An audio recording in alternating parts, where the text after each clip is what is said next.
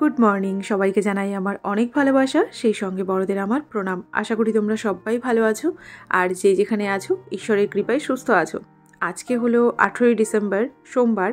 কালকে আমি কোনো ভ্লগ শ্যুট করতে পারিনি কারণ আমার ফোনে একটুও জায়গা ছিল না। রাত্রিবেলায় কিছু ভিডিও এডিট করলাম, কিছু ভিডিও ডিলিট করলাম, তারপর ফোনে একটু জায়গা হলো।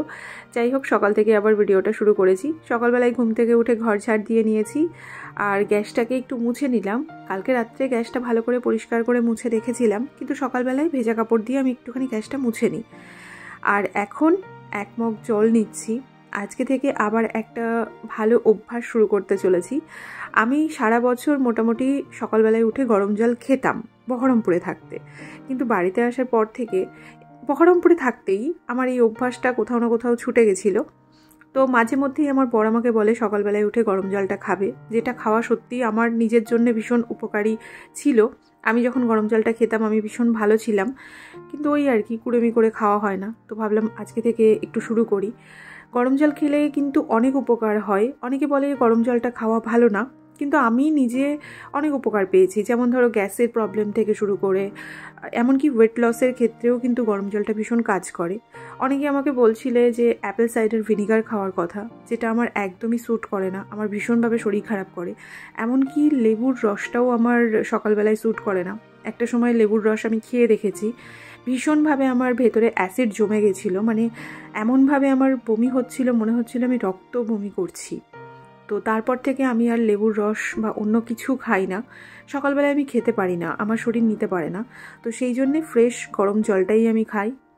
আর আজকে থেকে আবার শুরু করলাম, জানি না কতদিন কন্টিনিউ করব, তবে চেষ্টা করব কন্টিনিউ করার।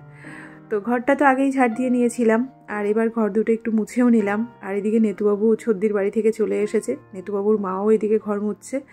আজকে আবার পুজো আছে, তো ভেবেছিলাম আজকে আর ঘর মুছবো না। তো সবাই দেখছি ঘর মুছছে, আমি মুছবো না তাই হয়?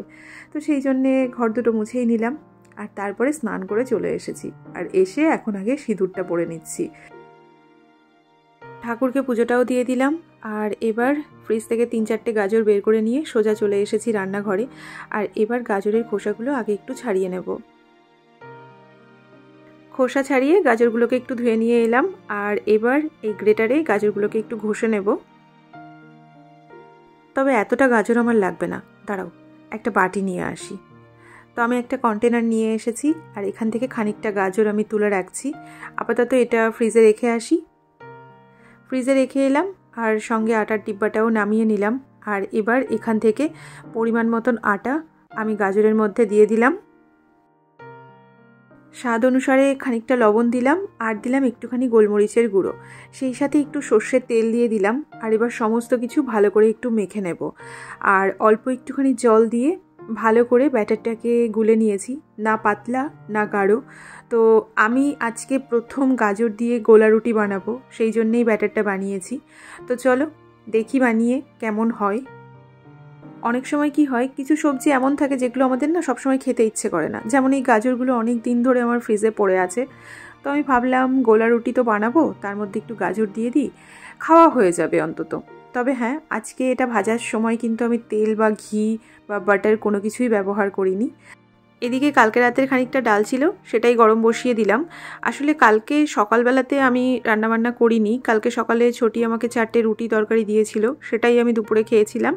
আর রাত্রিবেলায় ভাত, ডাল আর আলু সিদ্ধ করেছিলাম। তো ডালটা একটু বেশি করে করেছিলাম, ভেবেছিলাম আজকের দিনটাও এই ডাল দিয়েই চালিয়ে দেব। তো একটু পরিমাণে হয়তো বেশিই হয়ে গেছে, আজকেও শেষ করতে পারবো কিনা জানি না, তবে শেষ না হলে কিছু করার নেই। আর আমি এটাকে কালকে খাবো না। তো এখন আপাতত গোলা রুটিটা ভাবছি এপিট ওপিট করে একটু সেঁকে নেব।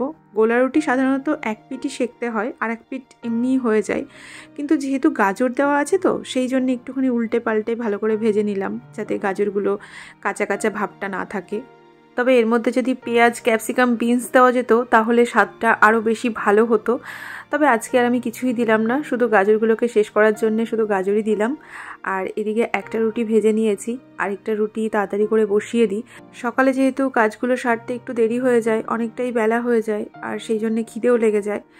তো কী আর করা যাবে, খিদে লাগলেও তো কিছু করার নেই, খাবার তৈরি করব তারপরে তো খাবো।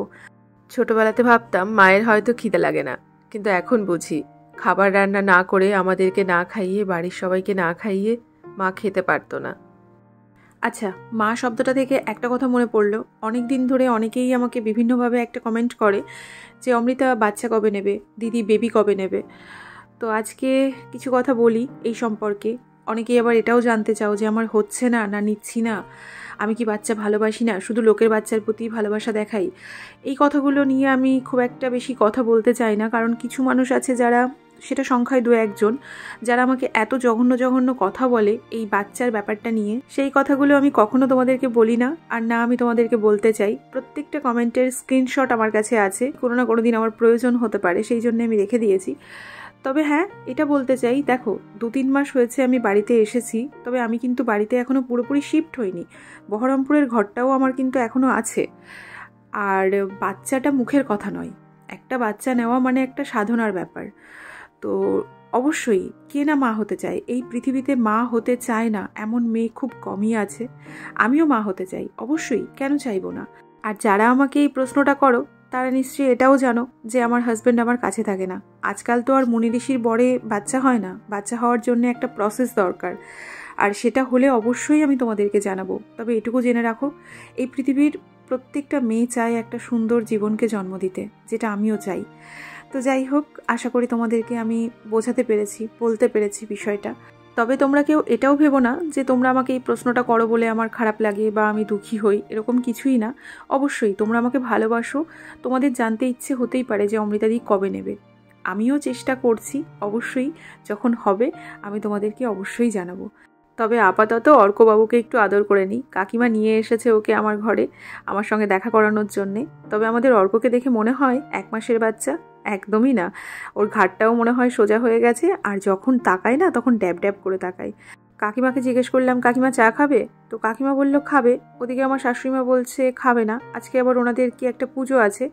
তো কাকিমা বলল চা খেলে কিছু হবে না, করো বৌমা। তো সেই জন্যে 3 কাপ চায়ের জল বসিয়ে দিলাম, আর এদিকে চাটাও করে নিয়েছি। আগে ওনাদের দুজনকে দেব, তারপর আমি আজকে মগেই নিয়ে নেব। তো এদিকে কাকিমা আবার অর্ককে দিতে গেছে বাড়িতে, আমার শাশুড়িমা আছে, তো ওনার চাটাই আগে ওনাকে দিয়ে দিই। ওই দেখো কাকিমা চলে এসেছে। কাকিমাকে বললাম টেবিলের উপর থেকে চাটা নিয়ে নিতে, আর আমিও আমার চাটা নিয়ে এখন বসে পড়েছি কাকিমার সঙ্গে চা খাবো আর গল্প করব বলে। তবে ওদিকে না নিতুবাবু কান্না করছে আর জেম্মা জেম্মা করে ডাকছে, পিঠে তাল পড়েছে, সেই জন্যে আর কি। দাঁড়াও ওনাকে একটু নিয়ে আসি। তো ওনাকে নিয়ে চলে এসেছি, আর এত দুষ্টু হয়েছে। আর ওর একটা গুণ কি বলতো, ওকে যেখানে নিয়ে যাওয়া হয়, যে বাড়িতে নিয়ে যাওয়া হয়, ও সেখানেই দুষ্টামি শুরু করে। তো সেই জন্য স্বাভাবিক ওর মার একটু রাগ হয়েই যায়। আর জানোই তো এই বয়সের বাচ্চাদের একটা সহজাত বৈশিষ্ট্য আছে, যেটা মানা করা হয় সেটা বেশি করে করে। ওকে যদি বলা হয় এটাতে হাত দেবে না, ও সেটাতে বেশি করে হাত দেবে। তো স্বাভাবিক বড়দের তো একটু রাগ হয়েই যাবে। চালটা ধুয়ে এদিকে ভাতটা আগে বসিয়ে দিলাম, ভাতটা আস্তে আস্তে হোক। ততক্ষণে না আমি এই জামা কাপড়গুলোকে একটু ঠিকঠাক করে রাখি। ভাঁজ করা হয়ে গেছে, এখন বাস জায়গা মতো একটু রাখতে হবে। আজকে আবার আমাদের ওই বটতলায় যে মন্দিরটা আছে ওখানে পুজো আছে। আজকে কি ষষ্ঠী যেন আছে, ও হ্যাঁ মূল ষষ্ঠী আছে। তো সেই ষষ্ঠী পুজোটাই একটু দেখতে যাব। বাড়িতে যেহেতু থাকা হতো না, সেই জন্যে এই সমস্ত পুজো পার্বণ আমি খুব একটা দেখিও নি। আর আমার বাপের বাড়িতে না এই সমস্ত পুজো পার্বণ নেই। তো চলো, মোটামুটি জামাকাপড় গোছগাছ হয়ে গেছে, আর এদিকে দেখছি ভাতটা এখনও হয়নি। তবে এটাকে বন্ধ করে দিলাম, আর একটা ঢাকনা দিয়ে ঢেকে আমি সোজা চলে এসেছি এই দেখো মন্দিরের সামনে। সবাই মিলে বসে কি সুন্দর পুজো করছে। এই পুজো পার্বণগুলো দেখতে না খুব ভালো লাগে জানো। আজকে না আমি তোমাদেরকে আরও একটা কথা বলতে চাই। তোমরা আমার পুজো পার্বণ নিয়েও অনেকে অনেক রকম কথা বলো, কেউ ভালো বলো, কেউ খারাপ বলো, কেউ কিছু আমাকে শেখাও, আমার ভালো লাগে। কিন্তু কি বলো তো, ভক্তিটা না নিজের মন থেকে আসে। কেউ কিছু বলে দেবে তারপর সেই ভক্তিটা আসবে, এরকমটা নয়। আমার বাপের বাড়িতেও অনেক বড় মন্দির ছিল, 12 মাসে 13 পার্বণ আমার বাপের বাড়িতেও হতো। এমন একটা পরিবেশে আমি বড় হয়েছি যেখানে সবসময় পুজো পার্বণ এগুলো নিয়েই কালচার হতো। কিন্তু তবুও না আমার পুজো পার্বণের প্রতি অত আড়ম্বর নেই। কেন নেই আমি জানি না। আমি কিন্তু নাস্তিক নই, আমি ভীষণভাবে ঠাকুর বিশ্বাস করি। শুধু আমি না, আমার হাজব্যান্ডও ভীষণভাবে ঠাকুর বিশ্বাস করে, কিন্তু আমাদের দুজনার মধ্যেই না আড়ম্বরটা নেই। কালকে আমাকে একজন কমেন্ট করে বলছে ফ্রিজের পাশে ঠাকুর রেখো না, ওখান থেকে ঠাকুরটা সরাও। আমি রাখবো কোথায়? তোমরা তো দেখছো আমার বাড়িতে জায়গা নেই, তাহলে আমি রাখবো কোথায়? আরেকজন আমাকে বলছে ঠাকুরকে একটা সোয়েটার পরিয়ে দাও, ঠাকুরের ঠান্ডা লাগছে। এ বিষয়ে একটা কথাই বলতে চাই, যারা আমাদেরকে সৃষ্টি করেছে, গোটা বিশ্ব ব্রহ্মাণ্ড সৃষ্টি করেছে, তাদের কোনো রকম কোনো সমস্যা হবে এটা আমার মন থেকে কখনো আসে না, যে ঠাকুরের এটাতে প্রবলেম হচ্ছে, ওটাতে প্রবলেম হচ্ছে। আর ঠাকুরকে দেওয়ার মতন ভক্তি ছাড়া আমার কাছে আর কিছুই নেই। কেউ 56 ভোগও চড়ায়, আবার কেউ 5 ফলেও ঠাকুরকে সন্তুষ্ট করে ফেলে। তার মানে এই নয় যে তোমরা আমাকে ভালো কিছু শেখালে, ভালো কিছু বললে সেটা আমি শুনবো না, বা আমি সেই কথাটা শোনার পর রাগ করব, একদমই না।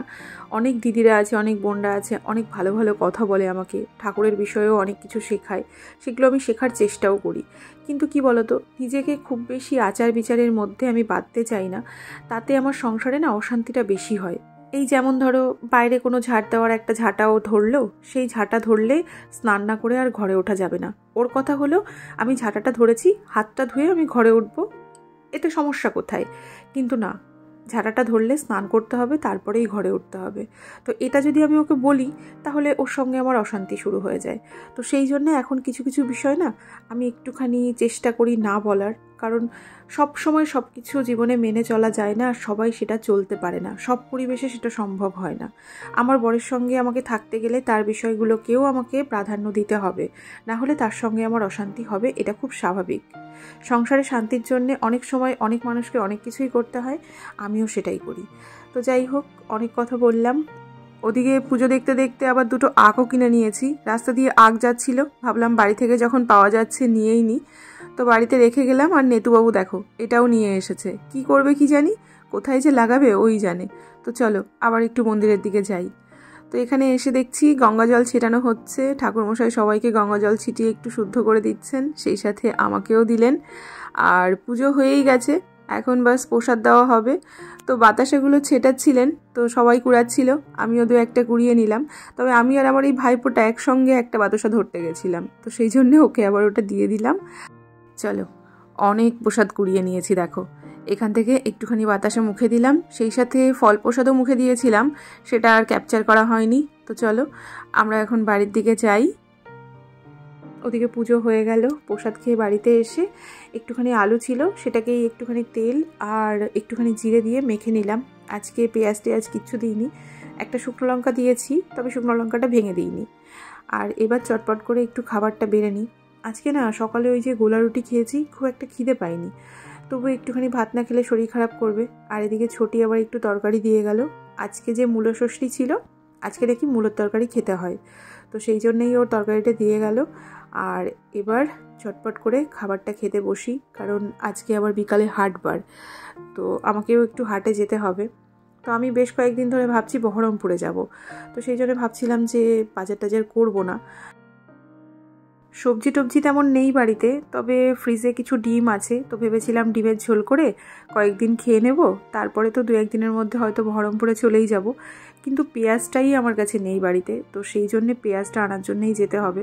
তবে ছোটি বাজারে যাবে বলেছে, ওকে আর বলতে সাহস পাচ্ছি না, কারণ নেতুবাবু এত দুষ্টামি করে, ও এমনিতেই ওর বাজার করবে, তার থেকে ভালো হবে যে আমরা দুজনাই চলে যাব, একটু ঘুরে আসবো। তো সেই জন্যে খাওয়া দাওয়া সেরে বাসনপত্র ধুয়ে ঘরে চলে এসেছি। আর এবার চটপট করে শাড়িটা খুলে একটা 2 পিস পরে নিয়েছি। শাড়ি পরে বাজার যাওয়া সম্ভব নয়, শাড়ি সামলাবো না ব্যাগ সামলাবো না নেতুবাবুকে সামলাবো, তো সেই জন্যে একটা 2 পিস পরে নিলাম। আর এবার সোয়েটারটাও পরে নিই। এই সোয়েটারটা না অনেক দিন হয়ে গেল জানো, আমার না সোয়েটারের প্রতি একটু লোভ আছে। বহরমপুরে গেলে ভাবছি এবার একটা সোয়েটার কিনবো, 2 বছর কিনিনি। তো প্রত্যেক বছর কিনি এরকম নয়, তবে মাঝে মধ্যে কিনি যদি পছন্দ হয়। তো এখন বেরিয়ে পড়েছি। আর এদিকে নেতুবাবুর মা আর নেতুবাবু আজকেও রাস্তায় এসে দাঁড়িয়ে আছে, এই দেখো অনেকক্ষণ থেকেই আমার জন্য অপেক্ষা করছিল। তো চলো এবার আমরা যাব। তবে এদিকে মিনময়দা বলছে তুই আমার দিকে ঘোরা, আমি তোকে একটু মারি। ওদের বাড়ির গরুটা ছুটে গেছে, আর সেই গরুকে ওরা ধরতে পারছে না, অনেকক্ষণ থেকেই চেষ্টা করছে, আমাদের বাড়ির দিকে চলে গেছে দেখো। ওদিকে আমার শ্বশুরমশাই দাঁড়িয়ে আছে, ওদিকে প্রতাপদা দাঁড়িয়ে আছে, আর এদিক থেকে মিনময়দা যাচ্ছে। ও বেচারা যে কোন দিকে পালাবে সেটাই বুঝতে পারছে না। যাই হোক, অবশেষে আমার দিকে ধেয়ে আসছে, আমি তো ভাবলাম মারলো গুতো। ভাগ্যিস ইনি সামনে ছিলেন, তাই এই যাত্রায় রক্ষা পেয়ে গেছি। আর ও বাড়ির মধ্যে চলে গেছে, আর আমরাও এদিকে একটা টোটো পেয়ে গেছি। এবার চটপট করে টোটোতে উঠে বসি। নেতুবাবু আর নেতুবাবুর মা পেছনে বসলো, আর আমি কাকার পাশে সামনেই বসেছি। চলো এবার বাজারে যাওয়া যাক। বাজারে তো পৌঁছে গেছি, আর বাজারে এসেই দেখো নেতুবাবু মায়ের হাতটা ছেড়ে দিল, আসলে একাই হাঁটবে, এরকম ব্যাপার আর কি। তো এখন আমরা বাজার টাজার করি। আজকে খুব বেশি কিছু কিনবো না বলে গেছিলাম, কিন্তু টুকিটাকি অনেক কিছুই কিনেছি। আলু কিনেছি, বেগুন কিনেছি, টমেটো কিনেছি, পেঁয়াজ কিনেছি, শিম কিনেছি, আর কি কিনেছি, কমলা কিনেছি, ছোটিও কিনেছে আলু, বেগুন, মূলো, পালং শাক, আর শিম কিনেছে। আর কি কিনেছে, ফুলকপি কিনেছে। আমি আবার ফুলকপিটা নিইনি, কারণ ওই যে তোমরা অনেকেই মানা করো থাইরয়েডের জন্য, তো সেই জন্য আর ফুলকপি কিনলাম না। তবে এদিকে নেতুবাবুকে শান্ত করার জন্য একটা ললিপপ এনে দিলাম, আপাতত খাক। তবে বাজারের মধ্যে ঘুরতে ঘুরতে ললিপপটাকে যেন তো ফেলে দিয়েছে, এখন আবার কান্না শুরু করেছে ললিপপ খাবে বলে। তো সেই জন্যে আমি আবারও দোকান থেকে 5টা ললিপপ কিনে নিলাম, ঘরে গিয়ে রেখে দেব, কখনো কখনো ওকে দেওয়ার প্রয়োজন হয় বলে। আপাতত ওকে আবার একটা দিলাম। তবে ললিপপ যে ও ভীষণ ভালোবাসে, চেটেপুটে একদম শেষ করে দেয় তা কিন্তু একদমই নয়, ওই 2-1বার খেয়ে ফেলে দেয়।